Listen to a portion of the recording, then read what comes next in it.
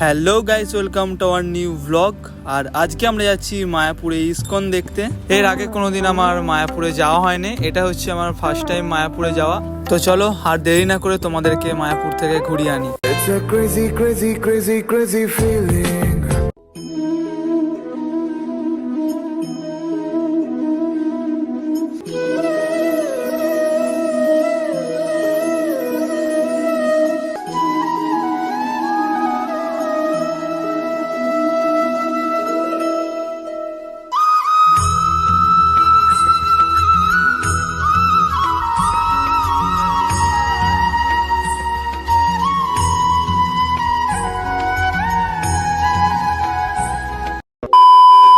এখন ঘড়িতে বাজছে 5টা 2 আর আমাদের ট্রেন আছে 5টা 30-এ। এখান থেকে ট্রেন ধরে শেওড়াফুলি যেতে হবে, আর শেওড়াফুলি থেকে কাটোয়া লোকাল ধরে মায়াপুরে যেতে হবে। তো চলো শেওড়াফুলি গিয়ে দেখা হচ্ছে। চলে এলাম শেওড়াফুলি, আর এসেই নিয়ে নিলাম এরকম লাল লাল রসা। শুধুমাত্র 2 মিনিটের জন্য 6টা 11 কাটোয়া লোকালটা ধরতে পারলাম না। এবার চা খেতে খেতে ভাবতে লাগলাম কি করা যায়, কারণ এর পরের ট্রেন আছে সেই 8:30টায়। এবার সবাই মিলে চলে এলাম শেওড়াফুলি ঘাটে, কারণ আমাদের ট্রেন এখনো 2 ঘন্টা পরে আসবে।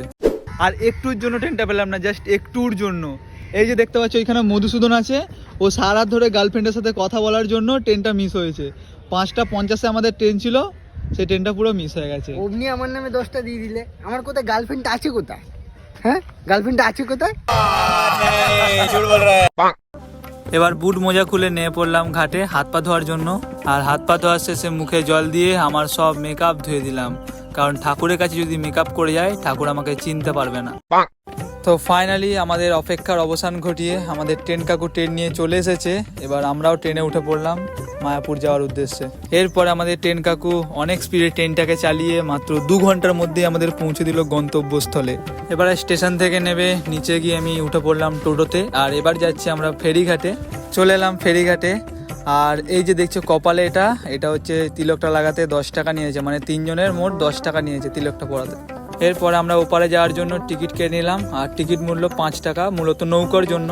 মানে ব্যাপারটা হচ্ছে এখানে দুটো ব্যবস্থা আছে, নৌকাতে গেলে 5 টাকা আর একটা আছে স্পিড বোট নাকি, ওটাতে গেলে 10 টাকা করে টিকিট। তো এবারে উঠে পড়লাম নৌকোতে, আর নৌকোতে উঠে লোক দেখছি, আর অনেকই লোক হয়ে গেছে। মূলত এবার ছাড়ার টাইম হয়ে গেছে নৌকাটা, কারণ লোক ভর্তি না হলে ছাড়ে না মেনলি। আর এবার তোমাদেরকে একটা জিনিস দেখাচ্ছি, ওই যে দূরে ওইটা হচ্ছে মায়াপুরের নতুন মন্দিরটা। তো ফাইনালি আমাদের নৌকা ছেড়ে দিয়েছে, আর তোমরা এবার শুধু নৌকার ভিড়টা একবার দেখো। চলে এলাম এপারে।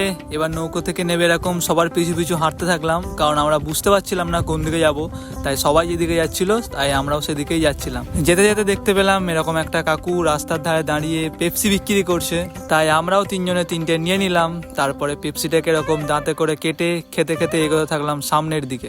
এবারে ড্রেসটাকে চেঞ্জ করে আমি উঠে পড়লাম টোটোতে। আর নৌকো থেকে নেবে তোমরা মায়াপুর মন্দির পর্যন্ত হেঁটে হেঁটেও আসতে পারো, অথবা টোটো করেও আসতে পারো। আমরা মেনলি উঠে পড়েছিলাম টোটোতে, কারণ আমরা এখন যাচ্ছিলাম মায়াপুর মন্দির বাদে আদার্স যে দর্শনীয় স্থানগুলো আছে সেইগুলো দেখতে, কারণ ওই দর্শনীয় স্থানগুলো নাকি 12টার মধ্যে সব বন্ধ হয়ে যায়। মায়াপুরে এসে যদি তোমরা 1 থেকে 2 দিন থাকতে পারো তাহলে সবচেয়ে ভালো হয়, চারিদিকটা ঘুরে দেখতে পারবে। কারণ মায়াপুরে শুধুমাত্র যে ইসকন মন্দির আছে ব্যাপারটা এরকম না, মায়াপুরে ইসকন মন্দির ছাড়া দেখার মতো অনেক স্থান আছে। আর প্রথমেই আমরা চলে এলাম শিবডোবা। ইতিহাস অনুযায়ী আজ থেকে প্রায় 500 বছর আগে কৈলাস অধিপতি মহাদেব শ্রী মহাপ্রভু চৈতন্যের দর্শন এসেছিলেন, এবং তিনি তার দর্শন না পেয়ে কঠিন তপস্যা শুরু করেন। তার ফলে তার অশ্রু দিয়ে একটা ডোবার সৃষ্টি হয়, যেটা বর্তমানে আজ শিবডোবা নামে পরিচিত। আর এরপরে চলে এলাম শ্রী চৈতন্য মহাপ্রভুর জন্মস্থানে। এখানে ভেতরে ভিডিও করা এবং ফটো তোলা পুরোটাই নিষেধ, তাই ভিডিও ফটো তুলতে পারলাম না। আর এর ভেতরে আছে একটা নিম গাছ, যেখানে হচ্ছে শ্রী চৈতন্য মহাপ্রভুর পদযুগলের চিহ্ন রাখা আছে। আর ভেতরে বাড়ি আছে যেখানে তিনি জন্মগ্রহণ করেছিলেন। আর এরপরে চলে এলাম জগাই মাদায়ের খোল ভাঙা মন্দিরে। মূলত এখানেই জগাই এবং মাদায় নাম গান করতে করতে খোল ভেঙে ফেলেছিল, সেই থেকে এই মন্দিরের নাম হচ্ছে খোল ভাঙা মন্দির। আর এই জায়গাটা পুরোপুরি একদম নিস্তব্ধ, মানে চারিদিকে চুপচাপ, আলাদাই একটা শান্তি খুঁজে পাবে তোমরা এই সমস্ত স্থানগুলোতে এলে। আর এরপরে আমরা চলে এলাম চৈতন্য মঠ। এই চৈতন্য মঠ মূলত শ্রী ভক্তিবিনোদ ঠাকুরের পুত্র শ্রী সরস্বতী গোস্বামী ঠাকুরের তৈরি। আর এখানে দেওয়া আছে এই চৈতন্য মঠের পুরো ম্যাপটা, মানে কি কি দর্শনীয় স্থান আছে সেই স্থানগুলো এখানে উল্লেখ করা আছে। আর এখানে আছে 2টো বড় বড় পুকুর, শ্যামকুণ্ড আর রাধাকুণ্ড পুকুর। আর এই পুকুরের জলেই অনেক বড় বড় মাছ আছে। পুকুরে মাছ দেখা কমপ্লিট করে একে একে সবাই প্রণাম করে নিলাম, আর প্রণাম সেরে সবাই বেরিয়ে পড়লাম মেন যে মায়াপুরের মন্দির, সেই মন্দির দেখার উদ্দেশ্যে। এছাড়াও সাইড সিনে আরও কয়েকটা দর্শনীয় স্থান ছিল যেগুলো আমরা যেতে পারলাম না, কারণ আমাদেরকে আজকের মধ্যেই বাড়ি ফিরতে হতো। আর নেক্সট টাইম যদি আসি তাহলে অবশ্যই বাকি যে দর্শনীয় স্থানগুলো যেতে পারলাম না এবারে, সেইগুলো দেখানোর অবশ্যই চেষ্টা করব। আর এতক্ষণ যে দাদাটা আমাদেরকে টোটো করে ঘোরালো, তোমরা চাইলে সেই দাদাটার সাথে কন্ট্যাক্ট করতে পারো। সেই দাদাটার নাম্বার আমি তোমাদেরকে দিয়ে দিচ্ছি। আর আমাদের ঘুরতে খরচা হয়েছিল মোট 200 টাকা, 3 জনের 200 টাকা নিয়েছিল। 7029283929। ঠিক আছে, আসছি। টোটো থেকে নেবে ঢুকে বললাম মায়াপুরের মেন গেট দিয়ে, আর গেটের সামনেই তোমরা এরকম দেখতে পাবে মেন যে মায়াপুরের নতুন মন্দিরটা হচ্ছে, ওই নতুন মন্দিরটা। আর এই মন্দিরটার মূলত কিছুটা অংশ উদ্বোধন হয়েছে, এখনও পুরোপুরিভাবে সর্বসাধারণের জন্য চালু করা হয় না মন্দিরটা। এরপরে মন্দিরের চারিদিকটা ঘুরে ফেললাম, মানে যা যা দেখার স্থান আছে সেইগুলো ঘুরে ফেললাম। আর তারপরে চলে গেলাম হচ্ছে প্রসাদের লাইনে, মানে এখান থেকে পয়সা দিয়ে কুপন কাটতে হবে, আর তারপরে অন্য একটা জায়গায় খাওয়াচ্ছে, ওখানে গিয়ে আবার লাইন দিতে হবে। আর আমরা মূলত যেদিন গিয়েছিলাম সেই দিন একাদশী ছিল, সেই জন্য একটা থালিই চলছিল, মানে 40 টাকার একটা থালিই চলছিল। আর তোমরা এখানে বিভিন্ন দামের বিভিন্ন রকম প্রসাদ পেয়ে যাবে, মানে 180 টাকা 60 টাকা থেকে শুরু করে সব ধরনের। এরপরে আমরা কুপন হাতে চলে গেলাম খাওয়ার ঘরের দিকে, মানে যেখানে খাওয়াচ্ছে সেখানে গিয়ে আমাদেরকে আবার লাইন দিতে হবে। বুট মোজা খুলে টিকিট হাতে চলে গেলাম লাইন দিতে। আর তোমরা শুধু এখানের একবার ভিড়টা দেখো, প্রতিনিয়ত মানুষ এসেই যাচ্ছে, ভিড় আর কমছে না। আর এই এত লম্বা লাইন টপকে যেতেই আমাদের আধ ঘন্টার ওপরে সময় লেগে গিয়েছিল। বহু অপেক্ষার পরে এসে বসে পড়লাম প্রসাদ খেতে। আর প্রথমেই দিয়ে দিল থালা আর একটা জলের গ্লাস, তারপরে চলে এলো খিচুড়ি, আর তারপরে সাদা ভাত, ডাল আর একটা আলুর সবজি ছিল, আর তারপরে ছিল 4 থেকে 5 রকম সবজি দিয়ে একটা তরকারি। তো মায়াপুর ইস্কন মন্দির দেখা কমপ্লিট, এবার বাড়ি যাব।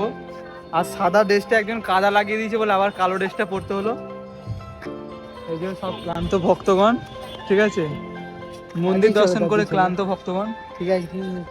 ঠিক আছে, চলো এবার ফেরিঘাটে গিয়ে দেখা হচ্ছে। ফেরিঘাট থেকে এবার ওপারে যেতে হবে, ওপর থেকে টোটো করে আবার সেই স্টেশন যেতে হবে, স্টেশন থেকে ডাইরেক্ট বাড়ি যেতে হবে। আর যাওয়ার পথে রাস্তার ধারে দেখলাম এরকম পেয়ারা মাখা বিক্রি হচ্ছে, তাই আমরাও নিয়ে নিলাম। আর খেতে খেতে হাঁটতে থাকলাম ফেরিঘাটের দিকে। এরপরে নৌকায় উঠে জল দেখতে দেখতে চলে এলাম ওপারে, আর তারপরে টোটো করে চলে এলাম নবদ্বীপ ধাম। আর এরপরে ট্রেনে উঠে বাইরের দিকে জানালা দিয়ে প্রকৃতি দেখতে দেখতে তারপরে সিঙ্গাড়া খেতে খেতে চলে এলাম শেওড়াফুলি স্টেশন। আর এখান থেকে তারকেশ্বর লোকাল ধরে চলে এলাম তারকেশ্বর স্টেশনে। তো চলো আজকের ব্লগটা এই পর্যন্ত। যদি ব্লগটা ভালো লাগে চ্যানেলটা অবশ্যই সাবস্ক্রাইব করে দিও, আর নেক্সট ব্লগ খুব তাড়াতাড়ি আপলোড করব।